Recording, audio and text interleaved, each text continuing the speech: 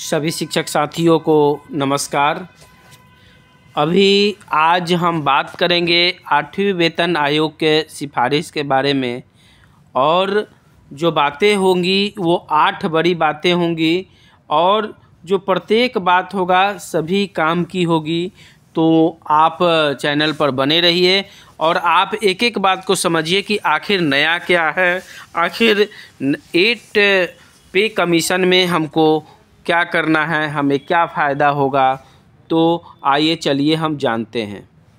8वें वेतन आयोग जो है वो पूर्व में ही हमारे पुराने वीडियो में दिया जा चुका है कि 1 जनवरी 2026 से लागू हो सकता है। 2.86 फिटमेंट लागू किया जाता है तो पेंशन और वेतन में लगभग 186% की वृद्धि देखी जा सकती है। इसकी मिनिमम सैलरी जो है वो 51,000 रुपये से ज़्यादा हो सकती है।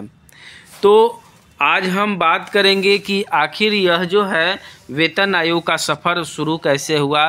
तो सबसे पहले जो हमारा वेतन आयोग बना था उसमें 55 रुपये से ये शुरू हुआ था। अब तक जो है वो 7 वेतन आयोग गठित हो चुके हैं। उनका कार्यकाल और मुख्य सिफारिशें जो है वो इस प्रकार से है, जिसकी हम लोग बात करेंगे। जो वेतन आयोग बना था मई 1946 से 1947 के बीच में चली थी। उसके चेयरमैन श्रीनिवास वरदाचार्य जी थे, जो भारत की आज़ादी के बाद वेतन संरचना को तर्कसंगत बनाने पर ध्यान दिया गया और जीविका पारितोषिक की अवधारणा ली गई और न्यूनतम जो है वो 55 रुपये प्रति माह वेतन तय हुआ और अधिकतम जो हुआ वो 2,000 रुपये तय किया गया। लाभार्थी उस समय लगभग 15 लाख के करीब में थे। उसी प्रकार जब हमारा दूसरा वेतन आयोग बना उस समय वेतन आयोग में अध्यक्ष के रूप में जगन्नाथ दास थे और अर्थव्यवस्था और वन पर विशेष फोकस किया गया और उस समय 55 रुपये से बढ़ करके 80 रुपये प्रति माह की सिफारिश की गई। और यह जो सिफारिश होती है वो न्यूनतम वेतन होता है और अधिकतम उसके बाद लागू होता है। तो इस प्रकार से धीरे धीरे उस समय 15 लाख से हमारे पास सेंट्रल गवर्नमेंट में कुल 25 लाख कर्मचारी शामिल हुए। तीसरा वेतन आयोग जो है वो अप्रैल 1970 से 1973 के बीच हुआ और उसके अध्यक्ष रघुवीर दयाल जी थे और न्यूनतम 185 रुपये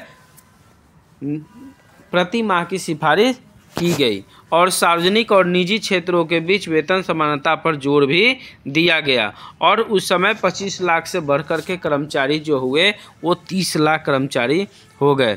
तो दोस्तों, सरकारी योजनाओं को देखने के लिए, अपडेट रहने के लिए चैनल को सब्सक्राइब कीजिए। चौथा वेतन आयोग जो है वो सितंबर 1983 में लागू किया गया था और 1986 तक चली थी और उसके चेयरमैन PN सिंघल थे और न्यूनतम वेतन 750 रुपये प्रति माह सिफारिश की गई थी। इसमें सभी रैंक में वेतन को असमानताओं को कम करने पर जोर दिया गया और प्रदर्शन से जुड़ी वेतन संरचना भी पेश की गई और कर्मचारियों की संख्या बढ़ करके 35 लाख से अधिक कर्मचारी हो गए।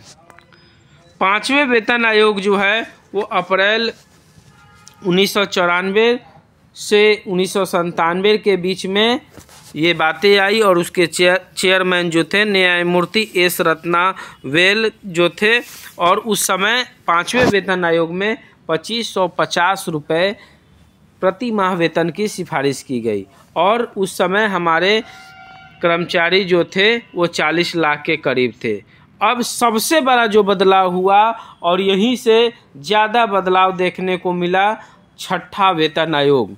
और इस वेतन आयोग में ये बातें कही गई कि प्रत्येक 10 वर्षों पर हमारा वेतन लागू होगा, पे वेतन आयोग आएगा और पे बैंड निर्धारित किया गया और उसी पे बैंड के आधार पर ये वेतन आयोग में पे बैंड के आधार पर मिलता है। तो 6ठा जो वेतन आयोग आया 2006 में आया और न्यूनतम जो है वो 7,000 और अधिकतम जो है वो 80,000 रुपये प्रति माह देने की बात की गई। और लगभग उस समय 60 लाख कर्मचारी, अभी प्रेजेंट में जो हमारा चल रहा है 7वां वेतन आयोग, वो फरवरी 2014 में इसका गठन किया गया, लेकिन लागू 2016 में किया गया। इसके अध्यक्ष न्यायमूर्ति A.K. माथुर जी हैं और न्यूनतम वेतन 18,000 निर्धारित किया गया और अधिकतम वेतन 2.5 लाख रुपए प्रति माह और ग्रेड पे सिस्टम की जगह पर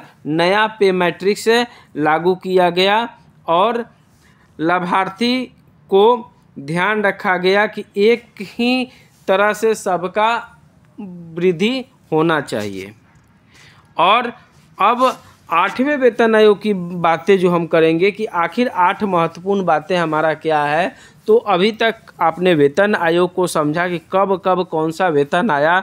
तो पहला जो है वो महत्वपूर्ण बातें है कि 8वीं वेतन आयोग कैबिनेट से मंजूरी मिल गई है और वेतन आयोग के सदस्यों का चयन भी हो चुका है।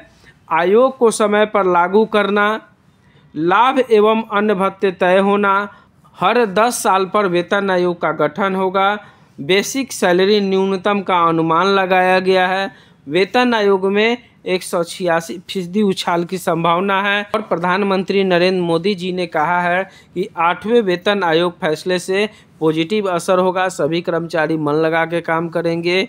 तो आशा करते हैं कि सभी बातें आपको समझ में आ गई होगी। इस तरह का अपडेट पाने के लिए आप चैनल को सब्सक्राइब कीजिए, लाइक कीजिए। धन्यवाद।